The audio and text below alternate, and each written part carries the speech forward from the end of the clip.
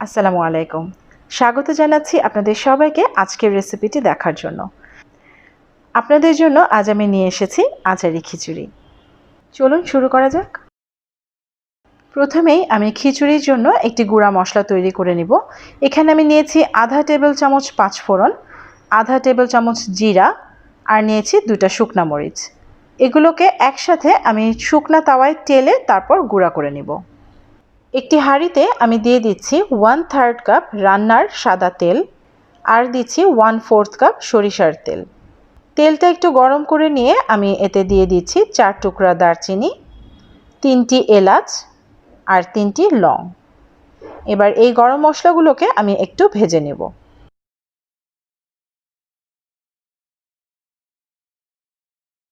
গরম মশলাগুলো ভাজা হয়ে খুব সুন্দর ঘ্রাণ ছড়িয়েছে। এবার আমি এতে দিয়ে দিচ্ছি 3/4 কাপ পেঁয়াজ কুচি। পেঁয়াজ কুচিটা আমি হালকা সোনালি রং করে ভেজে নেব।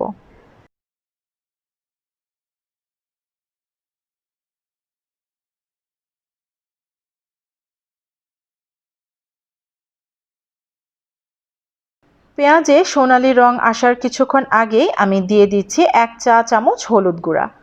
এভাবে তেলে হলুদ গুঁড়াটা দিলে না হলুদ থেকে খুব সুন্দর রং ছাড়ে আর খিচুড়ির কালারটাও খুব সুন্দর আসে।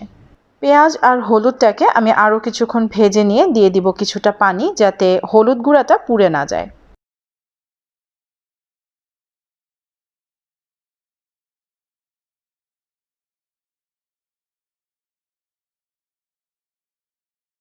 এবার দিয়ে দিচ্ছি 3 টেবিল চামচ পেঁয়াজ বাটা, 1 টেবিল চামচ আদা বাটা আর আধা টেবিল চামচ রসুন বাটা। এবার এগুলোকে আমি খুব ভালোভাবে কষিয়ে নিব এর কাঁচা গন্ধটা চলে যাওয়া পর্যন্ত।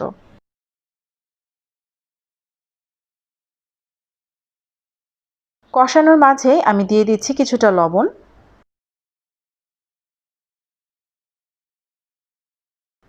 দিচ্ছি আমাদের সেই গুঁড়া করে নেওয়া মশলাটা আর 1 টেবিল চামচ তেঁতুলের ঘন কাত।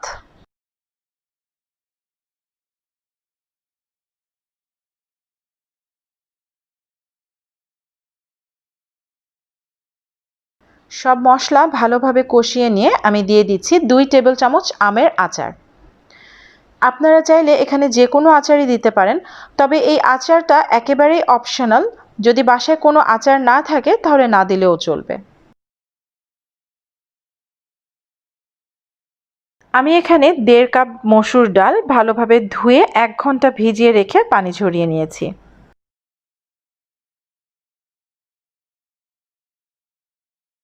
ডালটাকে আমি কিছুক্ষণ কষিয়ে নিচ্ছি।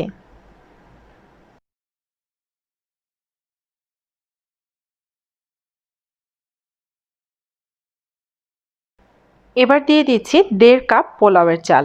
চালটা আমি ধুয়ে পানি ঝরিয়ে নিয়েছি। চাল দেওয়ার পর আমি আবারও বেশ কিছুক্ষণ কষিয়ে নেব, এতে করে ডাল এবং চাল ভালোভাবে ভাজা ভাজা হয়ে যাবে। এখানে দেখে মনে হচ্ছে ডালের পরিমাণটা চালের চাইতে বেশি। তার কারণ হলো ডালটাকে আমরা 1 ঘন্টা ভিজিয়ে রেখেছিলাম, তাতে করে ডালটা অনেক ফুলে উঠেছে এবং দেখে মনে হচ্ছে চালের তুলনায় ডালটা বেশি, কিন্তু আসলে আমি এখানে একই পরিমাণ চাল এবং ডাল নিয়েছি, দুটোই 1.5 কাপ করে। চাল আর ডাল ভাজতে ভাজতে একটা পর্যায়ে এরকম ঝরঝরে দেখাবে, তখন আমি এখানে দিয়ে দিব 5 কাপ ফুটন্ত গরম পানি। অবশ্যই চেষ্টা করবেন গরম পানিটা দিতে। এবার ভালোভাবে নেড়ে লবণটা চেক করে নিতে হবে।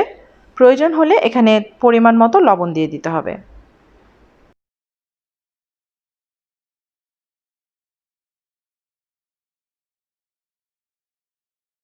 দিয়ে দিচ্ছি কয়েকটি কাঁচামরিচ। এবার আমি হাঁড়িটা ঢেকে রান্না করে নেব খুব অল্প আঁচে 20 থেকে 25 মিনিটের মতো। মাঝখানে একবার খুলে খিচুড়িটা একটু উপর নিচ করে দিতে হবে।